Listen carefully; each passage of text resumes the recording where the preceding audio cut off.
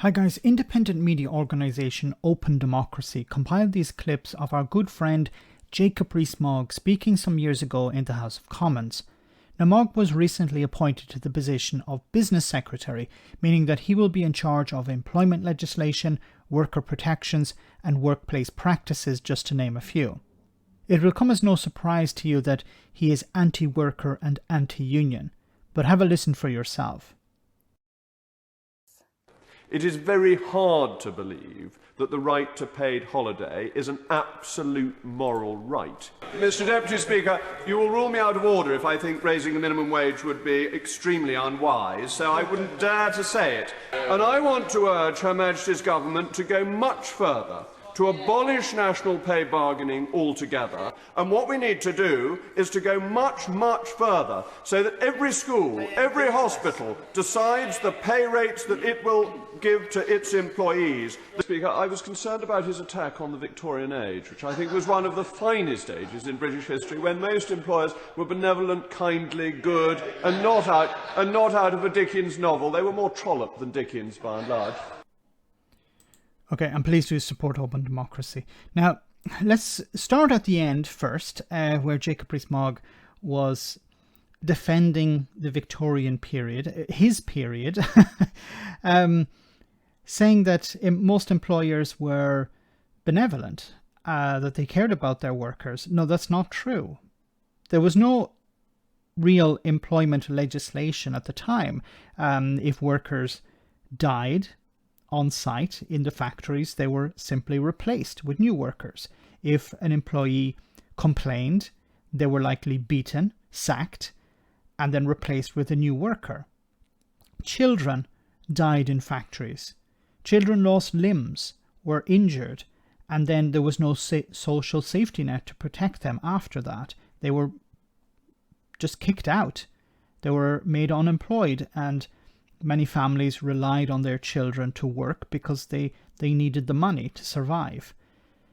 Which brings us to the first point he talked about, paid holidays. This is, of course, something thanks to trade unions. Without trade unions, we wouldn't have had the weekend, for example. And paid holidays is a benefit along with the weekend, thanks to trade unions.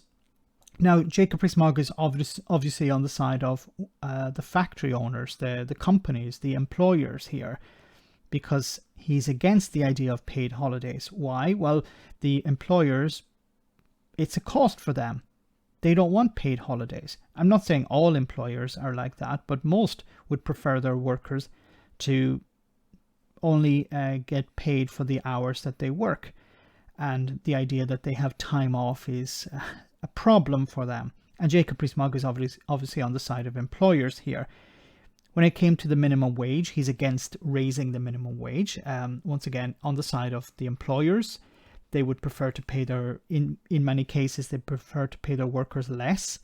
They don't want to pay more. So now as business secretary, he's probably going to make sure that employers don't pay their workers more. And of course, the key point here when it came to trade unions is collective bargaining.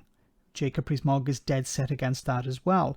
Collective bargaining being so important, and him saying here would it make more sense if individual hospitals, schools or businesses negotiated contracts with their employees.